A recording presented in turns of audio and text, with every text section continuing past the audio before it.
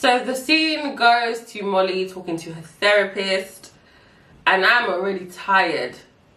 Molly, are you a dickhead, bruv? Oh my goodness. Hi guys, you are watching Etcetera with me, Est. Make sure you like, subscribe, share, all that good stuff. Let's get right into it. It is Insecure, season 4, episode 9. Okay, so they're chilling on the sofa. Okay, they're kissing on the sofa. They are eating on the sofa. Oh, they're fucking on the sofa. Oh! Issa, this better not be a dream or I'll be so vexed. Listen, Lawrence is really giving it to Issa, you know. And you know what? As I said last week, we haven't seen this side of Issa and Lawrence when they're all over each other and they're kissing, they're having sex. Like, when we first met them, they were in a rocky part of their relationship and we didn't see that side. So it's refreshing. Oh, Lawrence is back.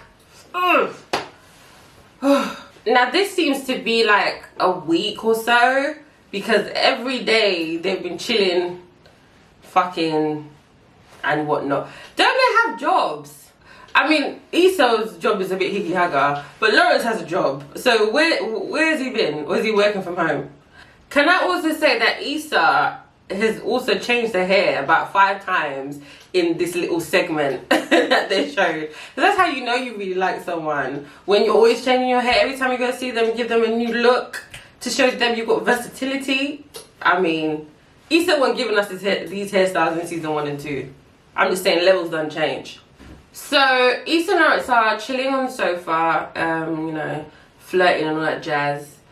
And, you know, there is still a little bit of awkwardness between them because I guess they haven't defined whatever it is they're doing. It's not a dream, thank God for that. Nathan texts Issa if she's still free later in the week or whatnot. And, you know, Issa has to make that decision in her head. Oh, do I tell Lawrence or do I not? Or should I even still go to help Nathan? Because I guess he's moving, and before I guess this Lawrence and Issa thing happened, she'd already said that she was going to help him move. Lawrence took this better than I thought he would. He seemed quite cool and calm and collected about it. They had kind of like the talk, kind of like, what is this? Like, would you be upset if I went? So Issa asks Lawrence, you know, are you still talking to Condola? And he's like, no, you know, that was done, we talked, it's over. I don't believe that. For some reason, I don't believe that. I just feel like, then what was the point of Condola even being there? I think I've said this before, actually. I mean, they haven't really spoken about what they are. I mean, they've kind of said, you know, what do you want this to be? Oh, I don't know. And it's like, come on, you do know what you want it to be. Just to be open and honest. I don't think they should get back together, though. I think they should still date for a while and then see if they have to deal with old situations, old habits. You know, it's all funky-dory when, you know, you reconcile with somebody and then, you know, you're having amazing sex, you're spending time with them, but then the issues of past can still come back. But at the same time, I mean, part of their issues was Lawrence not having a job or not bringing any income. And obviously that's not his position in life now. So that is one issue gone. So the scene ends with them like about to have sex again, but they haven't really said like, what is this? I even forgot Lawrence is potentially, he could be moving to San Diego, I think it is, because he has a job or a job interview there. So that's another thing, you know. I mean, Issa started her career, you know, with these events in LA. I think that's where they are, in LA. And obviously San Diego, I don't think is that, it can't be that close because Lawrence took a plane there. So they need to talk about these things, not just have sex. So the scene goes to Molly talking to her therapist, and I'm already tired. Molly's thing is she just doesn't listen. And I just assume, like, I guess these professionals, therapists or counselors or whatever, you know, they can't tell you what to do. They kind of, I guess, have to speak to you and let you open up and unpack things for you to be able to make this, you know, good decisions for yourself. But it's like this therapist is trying. She's trying with Molly, but Molly is just not seeing. It's like She doesn't think she did anything wrong in the Issa situation. She probably doesn't think she's done anything wrong with Andrew's brother Victor's situation. Like, come on, you are a grown woman, and there's just so many people out there like Molly just walking around thinking everybody owes them something and they can never be wrong. Molly looks good though. This outfit ensemble that she's wearing, the crop top with the this is nice. So Issa's in that type of mood where I guess a lot is going on and she needs someone to vent to, give advice to, kind of soundboard off. But obviously Molly is not the first person she thinks of because they're, you know, kind of beefing. She calls Kelly. Kelly doesn't answer the phone. She calls her brother, and I really like her brother, and I like the dynamic that Issa and her brother have with each other. And she talks about her and Lawrence kind of getting back together. It's not even getting back together, but even the brother's like, you know, does he know that? Does he know you're back together? She decides to try and call Molly. For a second, I thought that Molly actually went off on Issa like that, but again, it was just like a dream or a daydream. Thank God for that, because Issa, you would have had to punch her if that was the case. So she actually does call Molly, but I guess Molly's in her session and she sees the message. And you know what? I just know that Molly had this smugness in her when she saw the message, like, oh, look who's messaging me. Oh, I can't stand her. I'm a bit disappointed that Issa was even the one to reach out to Molly, but I guess, you know, she needed some advice, she needed some girl talk, so she was that desperate that she had to go to Molly. So Molly comes to the restaurant. Issa's a bit too excited to see her. But there's still this awkward energy. Obviously, they haven't spoken since the block party. I don't know how long that was ago, but it's probably some weeks has passed. So in the course of the lunch date, whatever, they do start going, I won't say going back into old habits, but they're much comfortable around each other, and they seem to be having a fun conversation. However, they haven't really spoken about the argument, about the issues going on in their friendship, which to be fair, this isn't really the place, to be honest. Andrew's trying. You know what, Andrew is getting to that place that Molly's starting to piss him off. I can tell. So Victor, Andrew's brother, is in town, and I guess he's invited Molly and Andrew somewhere. Molly's basically like, you know, I don't want to go. Now Molly, I just think you need to think about how you're handling the situation. You can't do a thing where, you know, someone's upset you, regardless if they're in the wrong or not, and you just shut down. Like, you literally just had a therapy session talking about this. You are in a relationship with Andrew.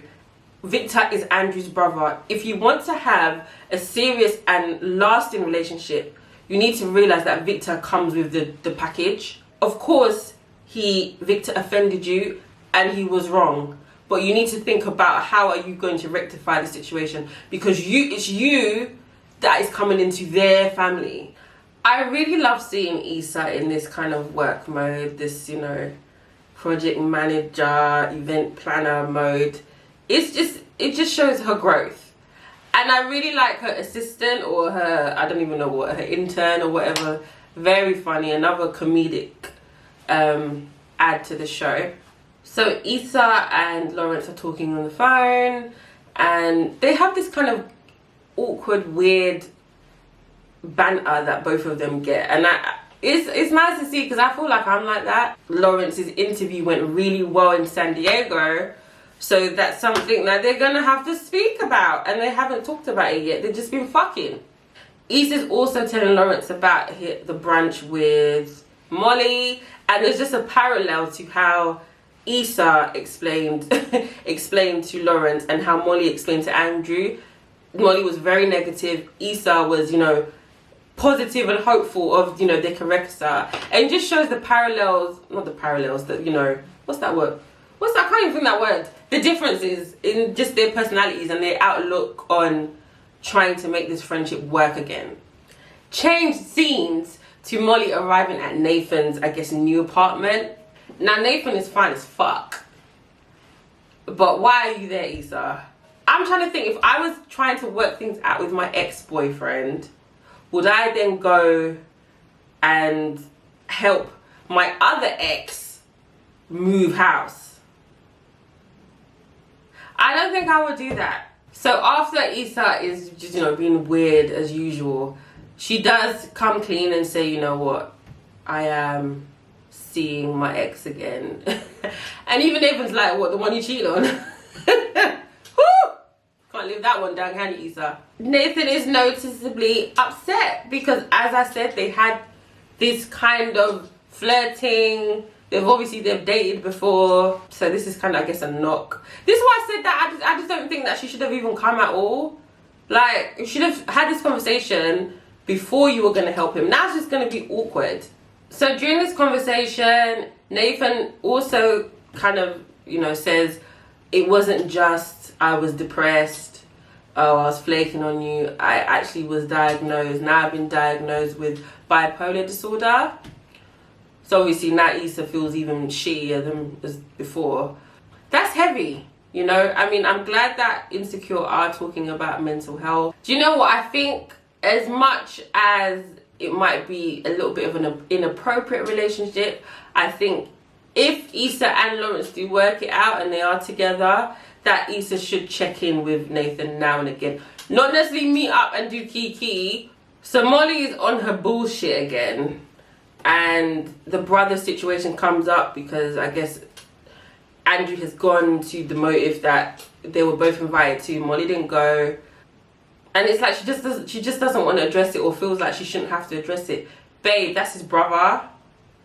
Oh, so during that conversation, Issa and Nathan come back, I guess, to get some of the stuff, or I don't even know. It's funny to see that Nathan and Issa also have this kind of weird, awkward banter with each other. I can see why she likes him, and besides him being fine. So even though it's awkward, they decide to have a dinner together. Everyone seems to be cool. They're playing some games, which is good. This is progress.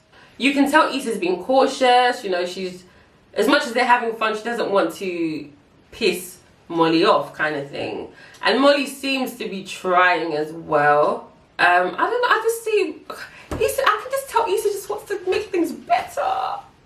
Oh my gosh.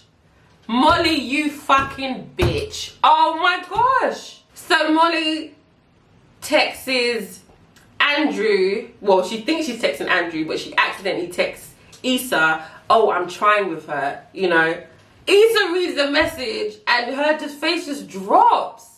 Molly, are you a dickhead, bruv? Oh my goodness.